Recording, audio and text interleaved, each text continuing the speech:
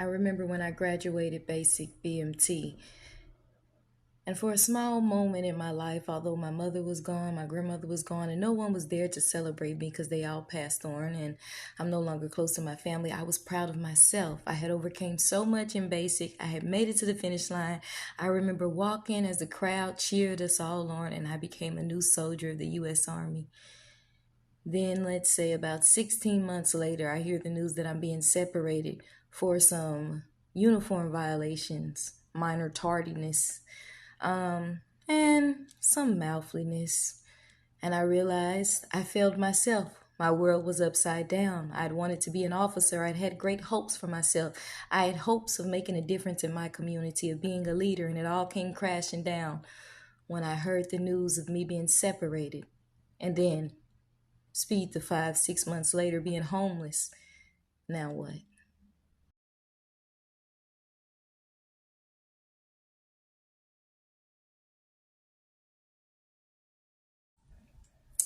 So we're going to talk about the fact that I failed.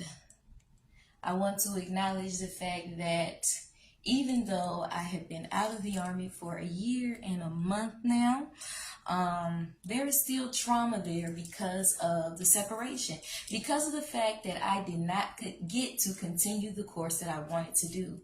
This is not me blaming anyone. This is not me hating anyone. This is me sharing my trauma from being separated. Roll clip. So, the year is 2021. Life is hard. Just lost a job after 10 months, after commuting 4 hours every day to get there. And I said, I think I need to join the Army. And I went in with the intent of, okay, I'm here. I want to be an officer. I want to finish my degree. I want to save. I want to bring stability to my life. And I want to be a leader for the urban community. I want kids in the hood to know that even if you didn't have a dad, even if you come from poverty, trauma, abuse, no matter what, you can be somebody. And the Army, the Air Force, the Navy is a way for you to come up quick and be somebody. Even if it takes time, it's a way to change your life for the better. So I went in with that mindset.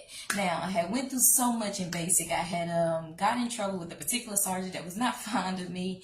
And it seemed like every time I turned around, I was in trouble, but God brought me through it, and I made it through. I remember on graduation day at BMT, I remember being so proud of myself, and I wished my mother was there. I remember looking around at the other younger soldiers, and they all had their parents, their family, whatever. And a few of us, no one was there. But of course, my mother passed on, my grandmother passed on. I'm not close to my family, but I, in that moment, in that small moment in my life, in history, I was proud of myself because I had made it through everything that I went through. Because they had tried to separate me, even in basic, I had haters. I had one female sergeant that could not stand me. She had tried to separate me for little dumb stuff. She was just trying so hard, but they just ended up moving me to a different platoon. And by the grace of God, God brought me through, and I graduated. And I remember walking around with the other soldiers, becoming a new member of the U.S. Army, and the crowd cheering us on, and feeling so proud of myself, like God is so good. I remember the joy and the bliss of that day. I remember the wonder, the admiration, the new possibilities. Then I remember going in and wanting to be an officer as I got to my duty station. And I had only been with the sergeant for about 2 months. Prior to that, I was with another sergeant. I feel like she wasn't productive for me, so I had asked the sergeant major to move me. Big mistake. Wish that I would have stayed with her. So anyway, being with this sergeant I was with, that basically she told me after 2 months she was separating me for failure to adapt, uniform violations, got in an argument, sort of disagreement with her once. I kind of spoke to her and was like, I don't feel comfortable about this. You kind of got a little abruptly loud. But it was basically uniform violations, being late, little petty stuff. So basically failure to adapt. But what they did was they switched it around when I had moved rooms, and they said, oh, it's because you got into a fight and you struck this young lady, but the young lady actually ran up on me and struck me first, and I was defending myself, blah, blah, blah. So now I hear the news that I'm being separated from the U.S. Army. After hearing the news, before she separated me, I was late from a trip that I had told another sergeant about, that he told me not to tell her because that I was only supposed to go to him. He was assigned to me, and that he would communicate it. Never did. She was like, okay, I'm barring you from re-enlistment. Then she gave me Article 15 the next day. She was very, what's that word called? dominant. I forgot that word, dictator. She was a dictator to me. She got along with everybody else, but something about me she did not like. And I feel like she was jealous of me because I went in and the sergeant major knew as well. He was signed off. He was like, she's going to BSEP class. Let's get her ready. And the first thing she did was bar me and take away. The second thing I told her, I said, please don't take away my BSEP. I'm going to be an officer. She took that away. And I remember that as soon as I started talking about how I wanted to be an officer and bring up my BSEP score, she was like, oh yeah, maybe I should be an officer too, blah, blah, blah. And then, you know, as time went on, I have a strong personality. I don't kiss up. They were more like a clique already. And I didn't fit in. I wasn't kissing up to nobody. And I don't think she liked that. One thing about me, I'm not kissing up. And I had another Caucasian man at the time. And I had met some good Caucasian men in the Army that was like, hey, you got to work on yourself. You got to work on your attitude, work on your emotions, even when people are yelling at you in BMT. But this one, he wasn't no good. But he was like, oh, what do you want me to do? I think he thought I was going to be scared. I was like, do what you need to do. I was like, they must don't know me. I'm not going to kiss your butt for nothing. Do what you need to do, whatever. So long story short, I end up getting separated. My world comes crashing down. I had the hopes of being, like I said, a leader, an officer as well, a leader for my community, for the urban youth. I had all these turning my life around, of being this great soldier and progress. And I had a wonderful first sergeant in AIT that worked with me.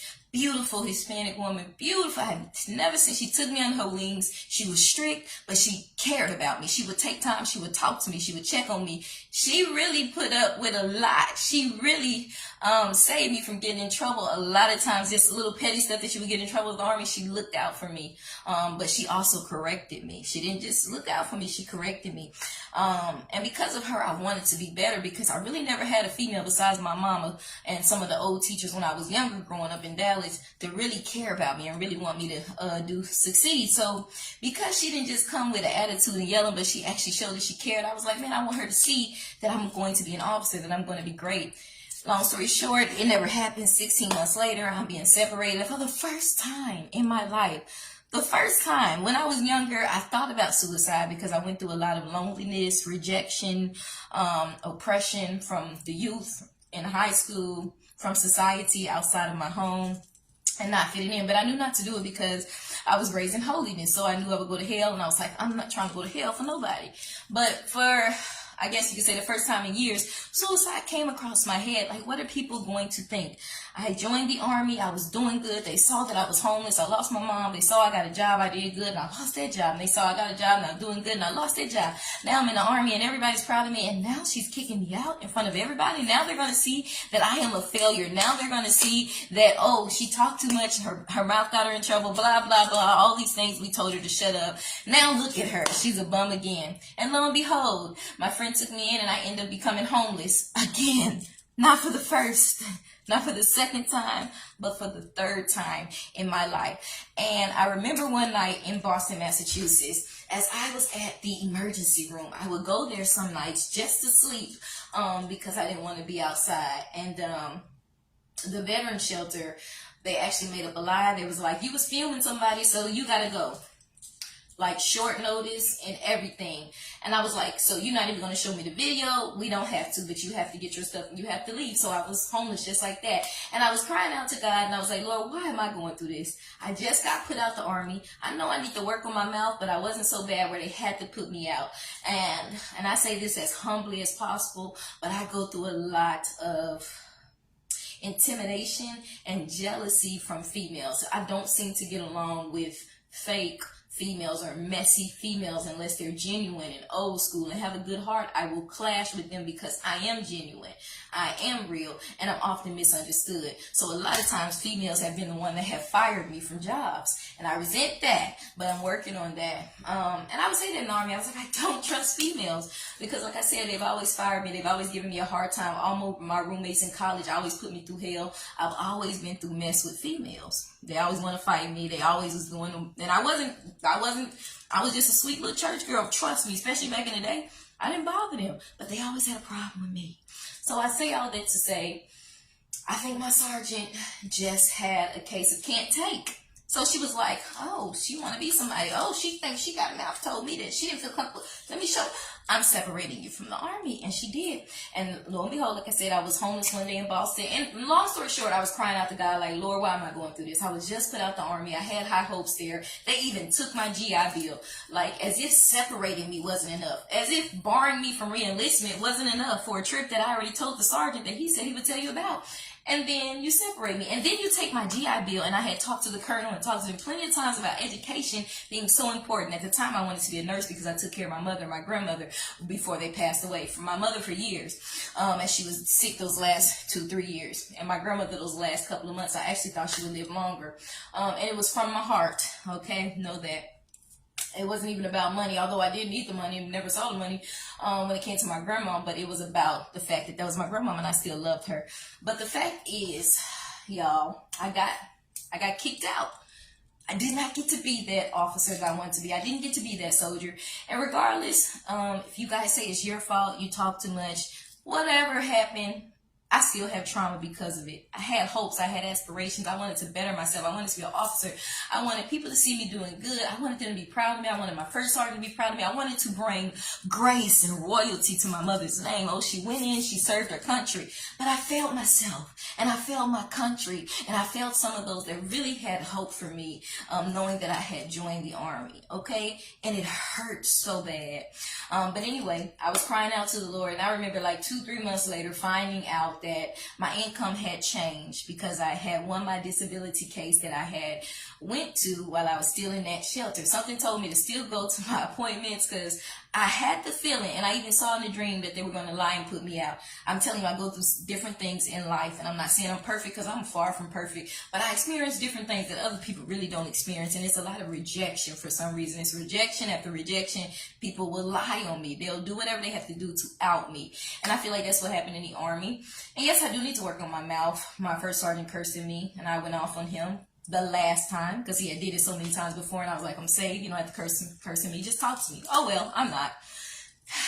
And then you telling me to calm my A down, and I'm like, you're separating me. What do you mean calm my, So I say all that to say, people, I still have trauma. I'm still dealing with the trauma right now, and I am saved, and I have Jesus, and therapy is okay. I'm getting therapy right now. I'm actually in the process of getting that mental therapy just for those, but I still have trauma for the fact that I failed. I feel like those sergeants kind of failed me because I feel like a sergeant should be a mentor. But one good thing that came out of this was me wanting to be a high school teacher, to work in the hood, to work with urban kids that people would say are too horrible, like my sergeant was saying about me. This same woman that I walked by one day and she called me out my name in front of everybody. B? She was like, B? She thought I was going to bump into her, but I was just walking. And I told my first sergeant, and he was like, both of y'all was wrong. How was I wrong? And I was just walking by. So I was like, she separated me on the grounds of, oh, she's too horrible. Oh, her attitude's crazy. She's just too much. And look what you're doing. And you are a sergeant first class, and I'm just a little private first class. But because I was 31, 30, 29, they felt like, no, you should know better. No, baby, I've never been in the Army. No, honey. It don't work like that. I'm not used to people up in my face yelling at me like that. So, I have to deal with certain things. And it's not all the way like that once you get inside. But it also depends on the sergeant you get. If you're somebody like me, because I remember one time telling my mom, maybe I should join the Army. She was like, you don't need to because you're a rebel. And certain Caucasian people that be like, I can pick up on people when their spirit ain't right. That's why she was like, you don't need to. You're a rebel. But I come to let y'all know that I still have trauma. But I want y'all to know that it's real. I failed myself. I failed the country. In any case, whether I should have been put out or not, I didn't finish that. And the trauma is that I wanted to be an officer. I wanted to be a hero. I wanted to do something great for my community. Not for Dallas, but for all, not just for Dallas, for all urban youth to know that you can make it despite your situation. And that didn't work out in the Army for me. And that's what I wanted it to be. I wanted to have this beautiful Army story. And it all came collapsing down. It all came crushing down because I was kicked out. I was a failure, and then I had people not on top of that saying, oh, you must be no good, you must be horrible, you must be a nobody because you was put out the Army. You must be a failure, you must be a bad person. Never mind the story. You didn't see what happened, and I'm not saying I'm perfect because I'm not.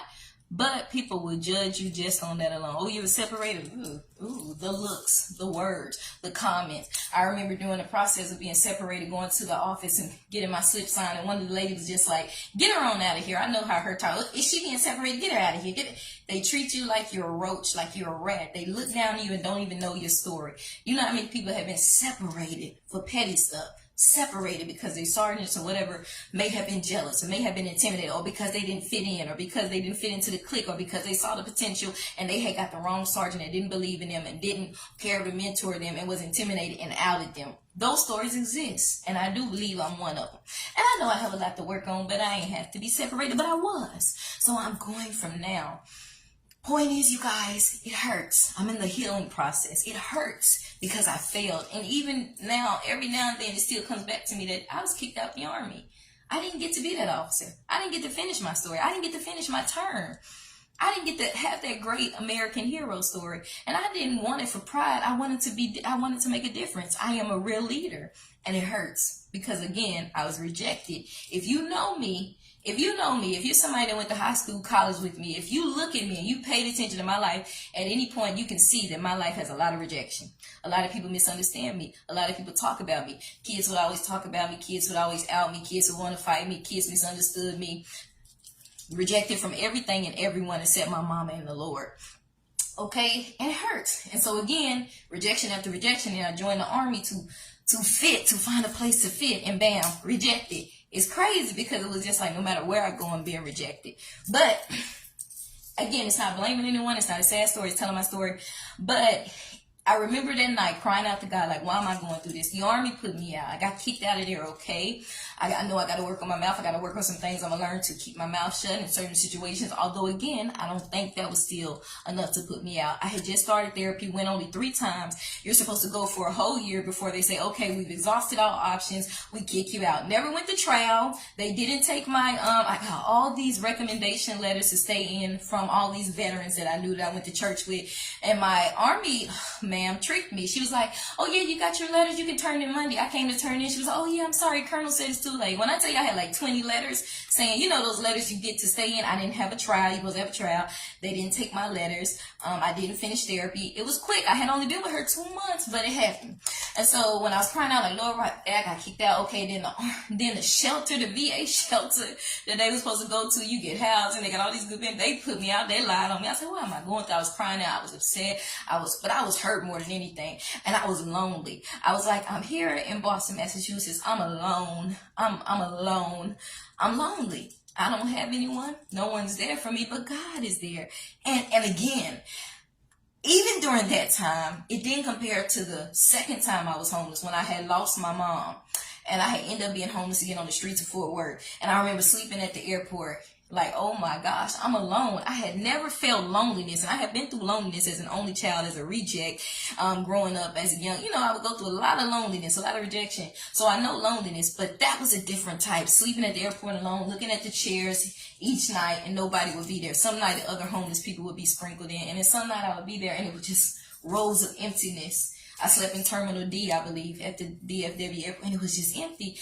And I never knew a loneliness like that, but God was with me every step of the way. He was with me, and I knew he was, but just to feel like nobody physically there, but I knew he was there, it was lonely. And then that time again, I was like, I'm going through it again, but not as much to that length because I had been through it before. That second time was the worst. This third time, it hurt, but not to the level it did when I first lost my mom, because she loved me. I had love with my mom, but this time, I was just like, here I am again, Lord. I'm homeless again for the third time. I never wanted to be homeless again. So when they kicked me out of the Army, I got kicked out the veteran shelter, and trust me, they lied on me. They said I was recording someone, and I was not recording in there. I would record outside. I didn't record nobody in there. But I think because this older Caucasian lady was saying some stuff about me, she was racist, and some stuff I had went through, and just females, again, they had just conspired, and they kicked me out. It is what it is. I'm not saying all Caucasian people are racist, because that's not it. But in Boston, it was a lot of that. It's a lot of that everywhere. And that's just it. But I was talking to God. I just cried out. And he heard me, because I tell you, less than a month or 2 later, my finances changed. I won my disability case. And my life has changed forever. Permanently. Went from 0 to 100%. And it was by the grace of God. And I can still work. But I'm still dealing with the trauma. So what am I saying, you guys? Sometimes life doesn't go the way we want it to go. Sometimes we go two things. And like, I went to the Army looking at an avenue to change my life, to have money, to have stability, to be a leader, to be an officer, to be a positive figure for the hood, for the urban neighborhoods, for young kids to look up to that don't grow up with dads or that go through abuse, to know that they can make it because I made it. And all of that got shut down. And then they had the nerve to take my GI Bill. And I'm like, dang. They even took my GI Bill. And I remember one of the sergeants, after, they found out I was being separated, it was like, you're not going to be homeless, are you? I said, I don't know. I said, I'm going to stay with my friend. She gave me a few months. But then after that, I went to the shelter. They put me out, still been through homeless. But then I woke up one day, you guys, and $23,000 was in my bank account.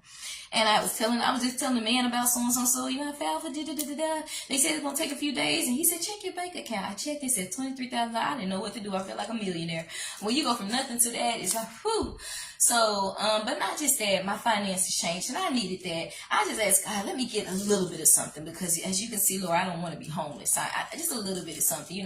They give you 10% for tinnitus and all that, but for him to totally take my story, take my case, take what I've been through, and use it for his grace, and bless me for his grace. And even with all the trauma, I am truly humbled, and learned from some of the things that I've been through, that you have to push through, that God is with you, that even when things don't work out the way you want it to, even when people make mean things for your bad, oh, she want to be an officer, oh, she would be a bad officer, oh, she would be a bad nurse, a bad teacher, let me out her, let me do this, because we can, because I got the rank, I can do that.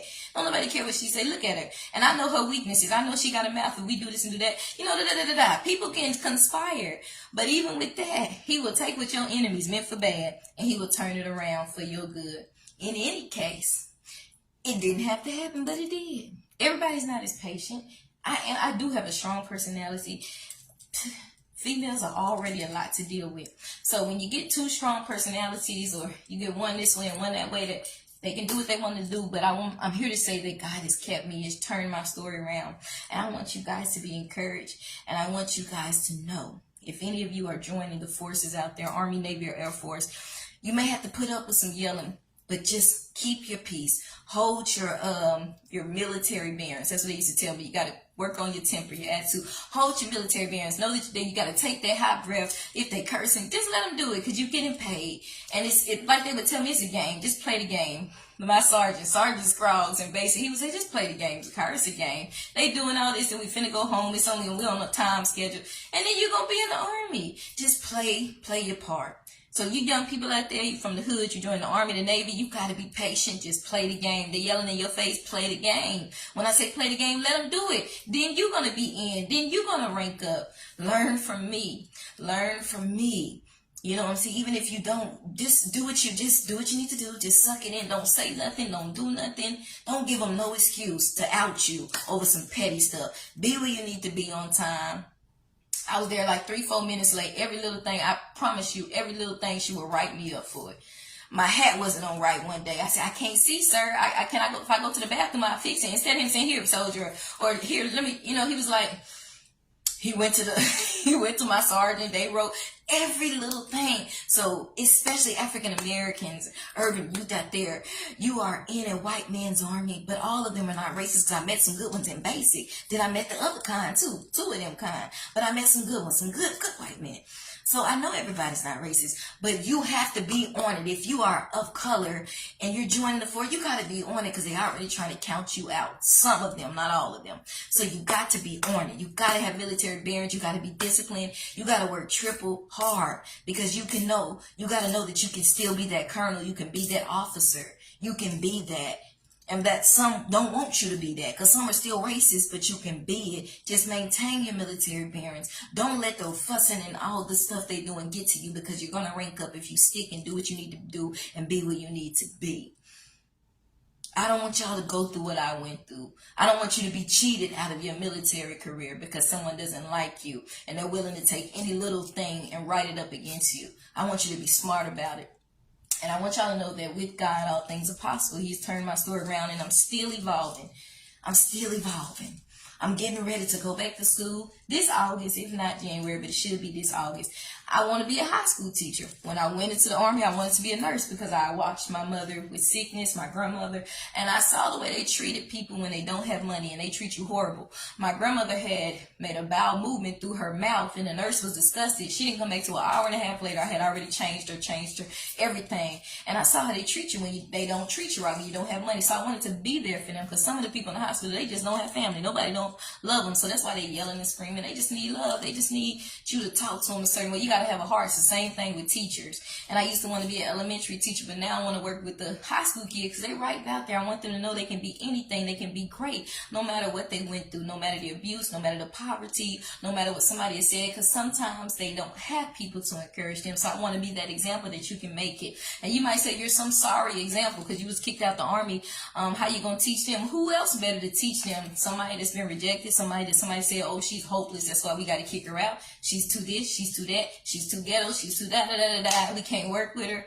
That's the perfect one to work with them. Somebody that knows a little bit of what it feels like to be misunderstood, to be rejected, to be out. I want them to know that they can make it. So I want to turn my story around, finish my degree so I can work with the urban youth. I want you guys to know that God is still working on me. I'm still dealing with the trauma. It's very much real. But with God, like I said, all things are possible. And He loves me. That's why He did it, because He loves me. He wants me to know that He got me.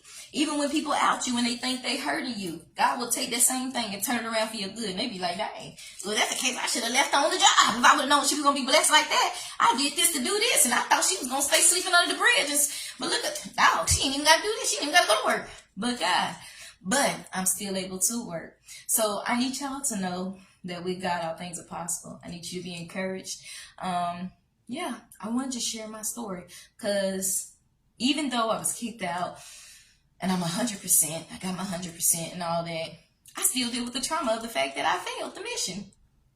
I didn't get to finish my term. I didn't get to be that officer. I didn't get to be a positive role model in the aspect of being in the U.S. Army, but I can be it in the neighborhood. I can be it at the school, in South Dallas, in Oak Cliff, in Chicago, wherever I teach in an urban neighborhood, in the hood, I can be a hero there. And you guys too. Sometimes you may want to prosper one way. You may want to be a hero, a role model one way, and sometimes it don't work out. Sometimes we fail ourselves, sometimes others fail us, and sometimes both happens. Things are going to happen in life. It's not going to be perfect. But sometimes the blessing may not come the way you want it to. And even if you mess up, God's grace is there. Even if somebody cheats you, God's grace is there. And He will put you where He wants you to be, for you to be that blessing, role model, example, positive light in somebody's life for the youth. For whoever you're trying to reach. It could be young girls. It could be girls that's been raped. It could be children that have been abandoned in foster care. Whatever your mission is, it could be souls that need to be saved. Whatever your mission is, I want you to know that if you've been outed or cheated like me, and you feel like, man, it didn't come that way. I didn't get to do it in the Army. I didn't get to say, hey, yeah, I did the Army thing. I can do it. I didn't get to do that because I failed. I failed the mission. I got kicked out. To some people, that means I'm a horrible person. I'm a failure. I'm a loser. But to God, it just means I'm a broken vessel, and He can reach way down, pick me up, and build me back together like Humpty Dumpty. And He can say, it didn't work over here, but I can put you over here where I need you to be. So know that even though it didn't work over here, God has still got something for you to do over here. And it may be even greater than what was over here.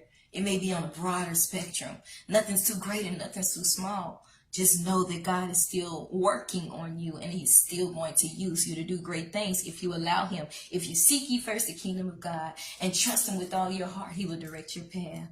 God bless y'all and be encouraged. Bye. Check out the outfit. I got back in the gym, y'all. I got back in the gym.